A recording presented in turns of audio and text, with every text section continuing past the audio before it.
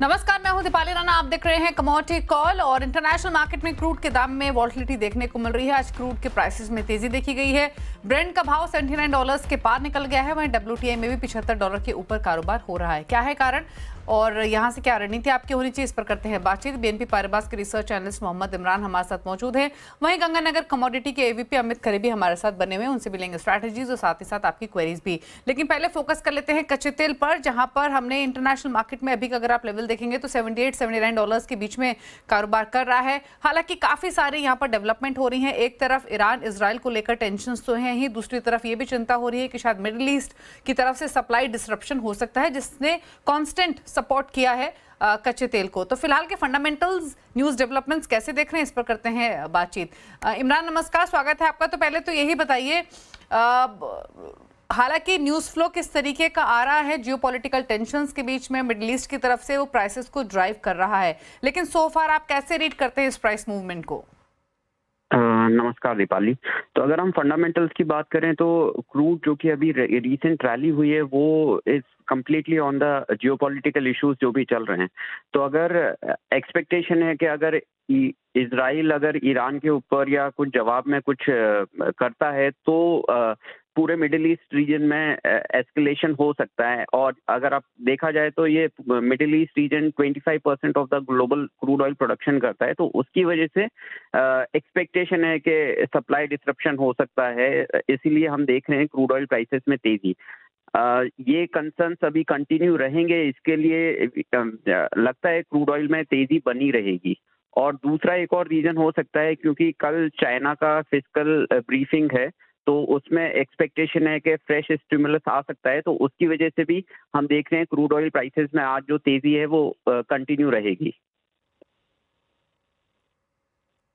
Okay अच्छा इमरान, फिर एक चीज बताइए, जिन भी फंडामेंटल्स का आपने जिक्र किया वो काफी न्यूज ड्रिवन है, जो कि प्राइस पर इंपैक्ट डाल रहे हैं, जिसकी वजह से लगता है कि प्राइसेस ऊपर की तरफ रहेंगे। ऑल्दो अगर ईरान इजराइल की बात करें तो एनालिस्ट व्यू तो यहाँ ये भी निकल कर आया है ग्लोबल लेवल पर कि ईरान किसी भी तरीके की सप्लाई डिसरप्शन के पर्सपेक्टिव से कोई कदम उठाएगा इजराइल ईरान के लिए, उसकी लाइकलीहुड कम नजर आती है। लेकिन फिर भी अगर फिलहाल का सिनेरियो दिमाग में रखकर चले तो इन स्तरों से और कितना तेज होने की संभावना है प्राइसेस की?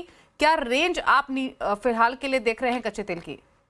अगर हम शॉर्ट टर्म में बात करें तो क्रूड ऑयल WTI प्राइसेस 78 से $80 तक टच कर सकते हैं अगर एस्केलेशन थोड़ा बहुत भी बढ़ता है। अब आप ऐसे देखें कि जो स्ट्रेट ऑफ होर्मुज़ है जिसपे ईरान का ज़्यादा वो है, तो अगर वहाँ पे अगर सप्लाई डिसरप्शन होता है, वहाँ से 10 से 15% का ग्लोबल क्रूड ऑयल का सप्लाई होता है, तो इसका इम्पैक्ट हो सकता है। अगर ऐसा कुछ होता है तो उसमें प्राइसेस ब्रेंट प्राइसेस $85 तक टच हो सकते हैं और WTI प्राइसेस 78 से $80 तक आ सकते हैं। एक चीज और इमरान, ऊपर की तरफ 85 आप मान रहे हैं मैक्स जा सकता है, ऑल्दो अगेन डिपेंड करेगा किस तरीके का डेवलपमेंट होता है। लेकिन अगर अगर कोई सप्लाई डिस्ट्रप्शन नहीं होता है तो क्या प्राइसेस हल्के भी हो सकते हैं? ये सवाल पूछने का पर्पस ये है कि एक सेंस मिल सके कि नीचे की तरफ सपोर्ट कहाँ रहेगा और ऊपर में प्राइसेस और कितना जाने की संभावना है। तो ऊपर की तरफ $85 का आपने जिक्र किया, लोअर लेवल्स पर सपोर्ट कहाँ देख रहे हैं?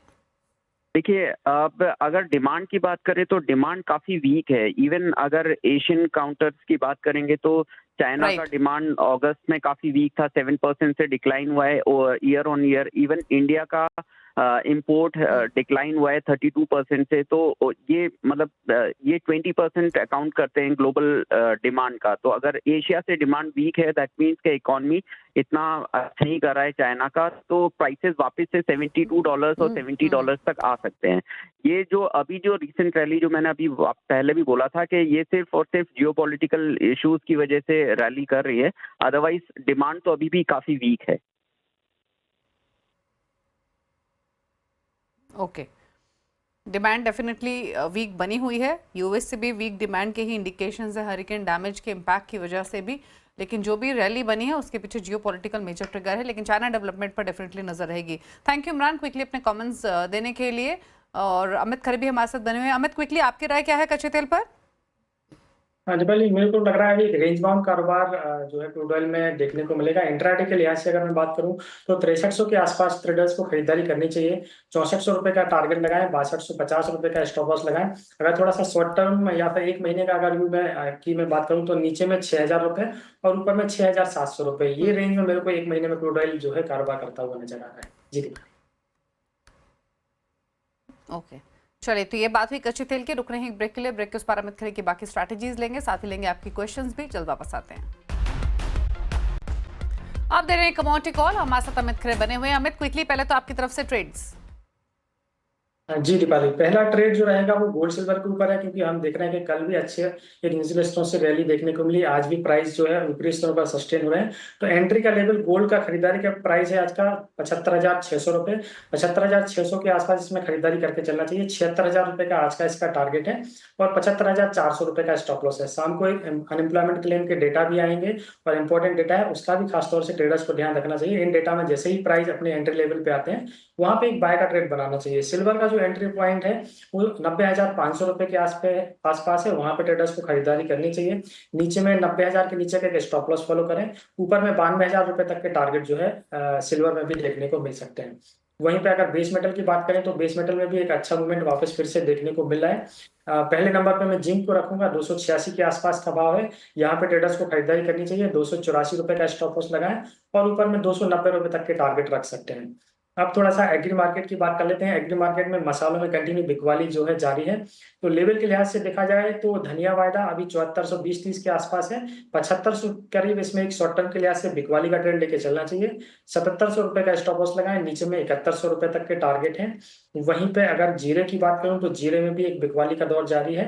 नवंबर वायदा जीरा 26,000 के आसपास बिकवाली करें। 26,600 रुपए का स्टॉप लॉस लगाएं और नीचे में 25,000 रुपए तक के टारगेट जीरे में भी देखने को मिल सकते हैं। जी दीपाली। ओके, चलिए क्विकली लेते हैं सवाल जवाब के सिलसिले को शुरू करते हैं। कार्तिक से का सवाल है पुणे से। सोने पर 2 लॉट खरीदे हुए हैं 74,600 के प्राइस पर, जाना चाहते हैं प्रॉफिट्स ले या होल्ड रखें? बिल्कुल इनको होल्ड करना चाहिए। स्टॉप लॉस ट्रेलिंग मेंटेन करके चलें। 75,400 रुपए का एक ट्रेलिंग स्टॉप लॉस लेके चलें। इनके भाव से काफी अच्छा मार्केट ऊपर है। पहला लक्ष्य ये 76,000 रुपए का रख सकते हैं और 76,000 के ऊपर अगर मार्केट निकलता है तो मेरे को लग रहा है दिवाली तक ही 77 के भाव इनको देखने को मिल सकते हैं। जी दीपाली। रंजीत अग्रवाल का सवाल है हरियाणा से। कॉपर पर 2 लॉट 765 के भाव पर लिए हैं, क्या प्राइसेस यहां से और बढ़ेंगे? 765 पे इनकी एंट्री है। पुराना ट्रेड मेरे को लग रहा है इनका है, क्योंकि 835 के आसपास के भाव चल रहे हैं। बिल्कुल होल्ड करना चाहिए। 820 रुपए का एक ट्रेलिंग स्टॉप लॉस फॉलो करें। ऊपर में लग रहा है 855 तक के भाव जल्दी इनको देखने को मिलेंगे। संजय कुमार का सवाल है दिल्ली से। चांदी पर 2 लॉट 89,500 के प्राइस पर लिए हैं, प्रॉफिट्स ले या होल्ड रखें? बिल्कुल होल्ड करने की सलाह है। अभी दिवाली का सीजन जो है आने वाला है तो डिमांड कहीं ना कहीं घरेलू बाजार में भी देखने को मिलेगी, जिससे कि कीमतों को ऊपरी स्तर पर एक अच्छा मोमेंटम देखने को मिलेगा। पहला लेवल इनका 92,000 रुपए का है। 92,000 रुपए के आसपास आने पर प्राइस को जो है 50% बुक कर सकते हैं और मेरे को लग रहा है अगर दिवाली तक ये होल्ड करते हैं तो 95 के प्राइस भी इनको देखने को मिलेंगे। जी दीपाली। होल्ड करने की सलाह है। अगर दिवाली तक रख सकते हैं तो बेहतर लेवल्स मिल सकते हैं सिल्वर में। चलिए, सवाल इतने ही लेंगे। थैंक यू अमित शो में आने के लिए और सभी क्वेरीज को आंसर करने के लिए। इसी के साथ एक ब्रेक का वक्त हो गया। ब्रेक के उस पार अब देखिए आवाज समाचार। नमस्कार।